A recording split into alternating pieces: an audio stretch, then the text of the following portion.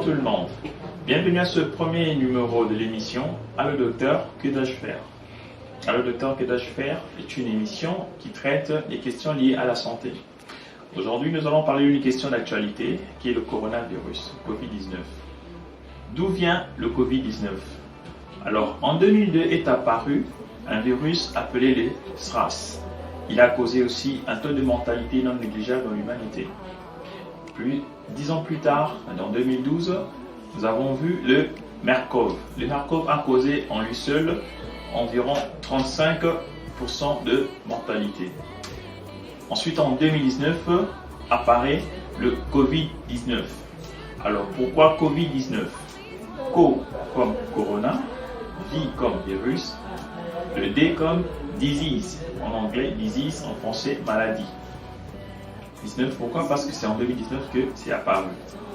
Alors, ce virus a été découvert précisément en Chine, dans la ville de Wuhan, et la transmission a été donnée à l'homme par le pangolin, mais aussi on pense à la chauve-souris.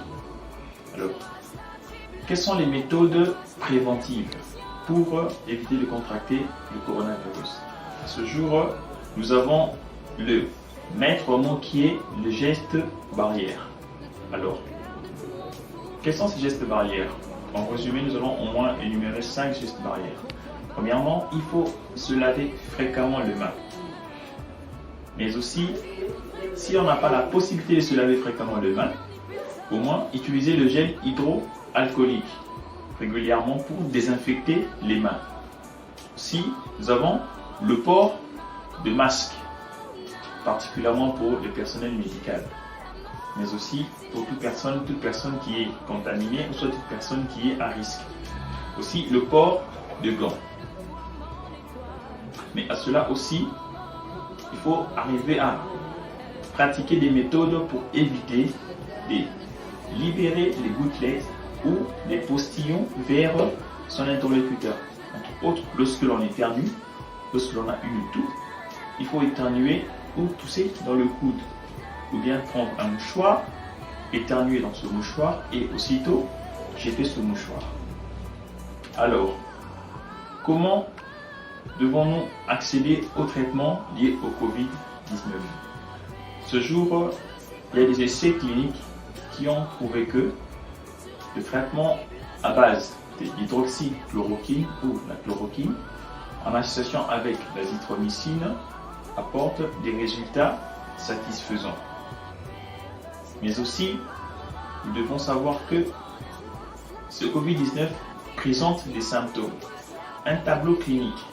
Comment reconnaître que l'on est suspect ou on est un sujet déjà à risque ou l'on est en train de développer peut-être la maladie à bas bruit?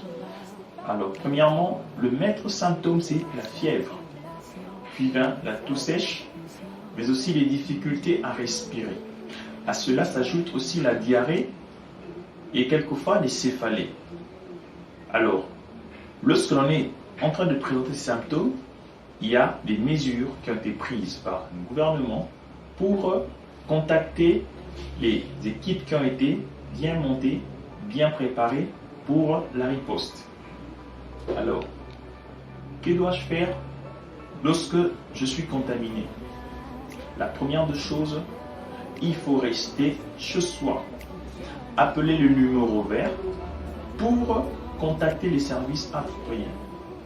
Alors actuellement dans le monde, on parle du confinement parce que le virus n'a pas de jambes, n'a pas de pieds.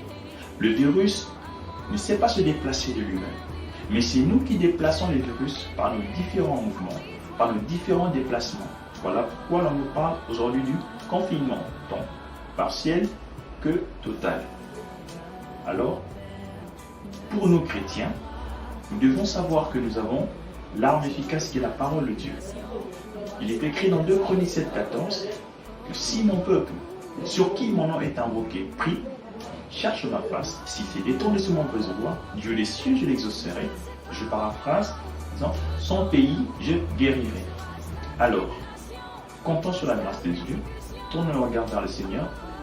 Il est la seule solution pour la guérison face à cette pandémie qui frappe nos nations. Merci.